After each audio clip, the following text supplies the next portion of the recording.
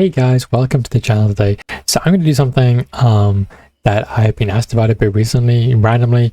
So a couple of weeks ago we were doing some stream and we were doing some roster reviews and talking about things, and in every case some things came up and things that people should be doing. So most of the people who watch my streams are, so I'm 11.5 million GP, so I'm kind of, I guess, towards end stage. I mean, I've got all the characters except for Ahsoka at the minute. I'm getting towards Ahsoka right now. And you know, we have all the other GLs and what have you, and things like Balin and so on and so on and so on. And many of the people watch are maybe between 4 million and 9 million, I guess. And a lot of questions were, so, you know, they've got their plans, they've got the thing they're doing, they've got, you know, Jedi Master Kenobi, they're getting Spring to Kylo Ren, they're getting, you know, whatever it is they're doing. But what is it that they should be doing next? Like, what is the goal? Like, what is how can they make their roster more competitive, better in different ways? And at the time I said a few things, and you see kind of my notes here, because I wrote this down because I thought, you know what, let's try and be organized for at least one time. But there are a few things that, you know, anyone who's in the mid game and early game should be doing, especially mid game, because in the early game you're following a set pattern, right? There are lots of guides out there, lots of very good guides which tell you about you should collect this character first, you should collect that character first, whatever it is, you know. And unlike Marvel Strike Force, say, where Marvel Strike Force would always tell you to collect the newest team first, in Galaxy of Heroes, because the journey guide, the way the game's set up, they're very much preferred routes to just trying to get the new characters. So at the minute, the new characters will be the clones, but there's no easy way to collect the clones quickly for some months, right? I mean, even though they'll be farmable in a couple of months' time, or in a month's time, whatever, there'll be a slow farm compared to the double drops you get from most of the characters, right? So everyone has in the early game has a plan, and that's fine, and there's a very good guides. But in the mid game, it's very easy to stall, right? Because, you know, you've been playing the game for a while, you've got like 2, 3, 4 Galactic Legends, even thanks to hyperdrive bundles, sorry, light speed bundles, as well as hyperdrive bundles. You're kind of in the weeds a bit in Grand Arena because you kind of simple, you kind of get stuck, whatever. And so yeah, so it came up like, what can people do, different people do to try and improve their roster, what kind of things. And to us, a bunch of the same things came up consistently. So the first one, which I told almost everybody, is you should all be collecting the new Bad Batch. Now, this is some advice borrowed from popular famous Redditor, Eggnots, who did a very nice post describing the time length and so on, and for the new raid and so forth. I was already doing this, but I've tried to recommend it to everyone I know to read the post, not least because the maths is checks out, but also because it's good advice, right? The new raid will probably come sometime, I guess, mid-August, I think is probably the estimate right now. And if you start farming the Bad Batch now, well, you already see Hunter. My Hunter is already Relic 1 because he was a Cantina shot, and Cantina is very easy to collect those very quickly. But I mean, Omega, we're just doing one refresh. We're not doing any refresh, we're just doing one a day, like 1 set of 5 a day. You know, we've got ahead of 4. He hasn't farmable yet, and he's almost, so like we're just done, and she's halfway through the 5-star already. You know, he's collecting them each day, and we know we're in the start of May right now, so or May or June or July, right? So you've got 3 full months, right? On average, I think it's 2 shards per drop per day on average. So, you know, 90 to 180 shards. All right, so she'll be pretty close to finish with 180 shards. I should be like 30 short, 20 short, 25 short, sorry. These guys will be like 60 short. So all 3 of these would be like, well, yeah, all 3 of these would be like 68 short at the minute, if it was today, literally. But that's assuming it was going to be the 1st of August, of course, right? So if it's like the 20th of August, right? Plus, to be honest, we don't need to be ready for the raid day 1, right? But they would explain it's going to be Jedi Vanguard, which, frankly, if you look at the faction, even with Jedi Vanguard? Even with Mace Windu, the faction looks rough. Now, there are going to be some marquee characters which are going to buff the team out, but you're going to have to collect those, and they won't be farmable for a while yet. Plus, you only need the legendary, which means you require the highly relic level clones to get Jedi Master Mace Windu, which means that you're left with the new Bad Batch, and that's, you know, these 5 here specifically. And honestly, they're a pretty decent team. Not the best team in the game, but they're all farmable, all 5 straight away. You don't have to get a legendary, you don't need to be a certain relic level for anything. Like in terms of this, we have no idea how they're going to be in the raid, but I assume risky, it's going to be kind of like the Gungans, right? And considering that Crosshair seems to be pretty strong, considering that Hunter seems to be pretty good, and Omega plug-in viability quite decently, frankly. To be honest, those three anyway are pretty good characters individually, even ignoring the teams of 5. So well worth, I think, start to collect those. Get ready for the next raid, because the next raid is where the top end materials are. You want to be on top of that straight away, and you want to be really attractive to any guild either you're part of or you might be part of, which of course leads into the second thing. I never force anybody or never tell anybody, right, per se, but you should be in a guild that suits your goals, right?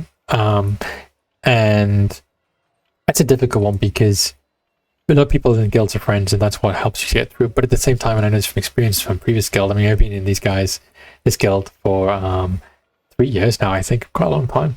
But before this, I know that the guild system can really make you go, because you're getting held back by the rest of your team, right? And even if you're friends with them, you kind of look and going like, but I really want the good rewards. I really want the Mark 3 currency, or I really want, you know, whatever it is in particular from the raids. And your current friends are like, even in territory wars or territory battles, they're holding you back, right? And it's not deliberate. It's not because they're mean. It's just because they have different goals to you. They play less than you. They play more than you. They spend money. They don't spend, like, whatever the, you know, ins and outs of it is. So always don't like actively try to leave your guild, right? But always keep an eye out for your guild to make sure the guild is aligned with what you want to do, right? And as be part of collecting your raid characters for the next raid, that'll be part of the discussion, right? Because if the rest of your guild are not getting ready for the raid, but you need that currency, right? You need this this one appear spare. Oh no, these are the wrong ones. You know what I mean, though. You need those guild currency 3s from the raid, and they're not getting it. Or likewise, if they're not pushing for Rise of the Empire to get like 30, 31, 32, whatever the stars you're like you're aiming for right now, then, you know, Reaver shards, you know, they move, because it's going to be better for your health. It's better to be friends with them but still play the game and enjoy the game than to be friends with them, be in their guild, but be always constantly going like, oh, that guy let us down again. He set a terrible team on the back row of territory wars again, and we lost again. So be mindful of your guild. But the second thing I told the people, I didn't tell no one, but that's an important one. The second thing I told people the other day, though, isn't that I am really guilty of, and this, you know, I have a good roster for the most part in terms of characters, but in terms of ships, and this is really a very important one, get your star levels of your ships done. I've always been pretty bad at this because I have been able to manipulate the meta / manipulate counters pretty well for the most part, and I still do, frankly. But it will help you a lot if you have a 7-star Hybrid bomber, right, for your Malevolence fleet. It will help you if you have a 7-star MG 100-star fortress, even if it rotates a pilot, because that will help your Radis fleet, or your, you know, Holdo / Radis fleet. If you have a 7-star Punishing one, that will be very, very effective against almost every counter. Almost, not quite. And I've done a video of that before, but almost every counter. Collect your ships. It's really boring. Very slow. Right now it's double drops because it's 5th of May. But please work on it. Get your ships. Ships make me more crystals per day than Grand Arena, because I'm like in the top 10 now in ships regularly, whereas a month ago when my Leviathan was a bit less good, I was like 20th if I was lucky. And this kind of thing really helps to your crystal currency, because 20th is 50, or 21st is 50 crystals, 9th or 10th is 200 crystals. You can do the math really quickly, but you know, we're talking about 950 crystals a week extra, just like that, right? Sorry, 1,050 crystals a week, just like that. And that's kind of thing you shouldn't be throwing away just by having better ships and just taking some time to farm the ships. It's really painful. It is really annoying. And aside, I guess, addendum, if you will, is learn your ship counters. Ship counters will save you more in Grand Arena than any number of character counters. I have made more wins. I've gotten more wins recently simply from being able to counter ships, not from being able to do, you know, Balin versus so-and-so, or, you know, Malakos versus Ray, or whatever it is. These things obviously are important. Obviously, you need to be able to do those. But most teams, touch wood, have more than one counter. Ships, on the other hand, do not. So ships, definitely important to focus on constantly. Now the last two things, the last thing I said to guys more in particular is, I will just click on it, so it remind me who it is. Always working on your mods. It's a very easy thing, and I do this too, right? I often slip into this, which is I forget to update my mods on characters once I've got them, you know? Like once you get to a certain point, you're like, oh yeah, you know, whatever. This guy's already got, see, there you go, right straight with it. You know, he's already got like, you know, he's got decent speed, he's not amazing speed, he's got decent speed, whatever, it's fine. Like, but like you can see, I could do slicing these mods up, you know, and making him a lot faster. And it's the same with all the characters, right? Not just the best characters, because obviously, you know, your best characters, you're like, oh yeah, you know, I need to work them on because, you know, some of the mods are really good, some are not good. Say these two here are terrible, and I really should work on those. And it's a really great example. You need to be on top of your mods all the time, 100% of the time. And not just for the best characters, also for the lesser characters. You know, those ones you need for counters, you know, like I'm not thinking of a character now randomly. You know, it can be as simple as like you use Brood Alpha, right, as a tank for certain things. So really you should get his mods sliced up, get as much health as possible, and get his health pool as high as possible, and his protection as high as possible if you can, right? Or, you know, other guys like Mob Gideon as fast as possible, so on, so on, so on, so on. Because the better the mods are, again, it's those minor differences between winning and losing matches. So keep on top of your mods. And I'm terrible at it. I don't do it. I've been working on my characters slowly. I was working on my Night Sisters the other day. So I'm trying to go through faction at a time, trying to work on them, trying to slowly improve them. Not easy. But yeah. And then the last thing that I'm trying to recommend to people is, well, it's going to end right today, basically. So let me just collect this first. Boop, boop, boop, boop. Oh, there we go. Yay, there we go. Cool, I'm gonna claim that too. Okay, so the season basically finished, right? Because it's 5th of May, yeah, we just came out. Yeah, get some more of that. Okay, cool. You should be on top of this straight from day one, which is tomorrow, which is Tuesday, May 6th. You're probably not gonna watch on Tuesday, May 6th because, you know, you're busy. You're a busy person, right? You know, doing other things. But you should be completely on top of this. You should be doing your galactic challenges all the time. You should be doing the quests, daily quests. Obviously you're going to need daily quests, but you should be on top of these ones too, right? Get as many of these done as you possibly can, right?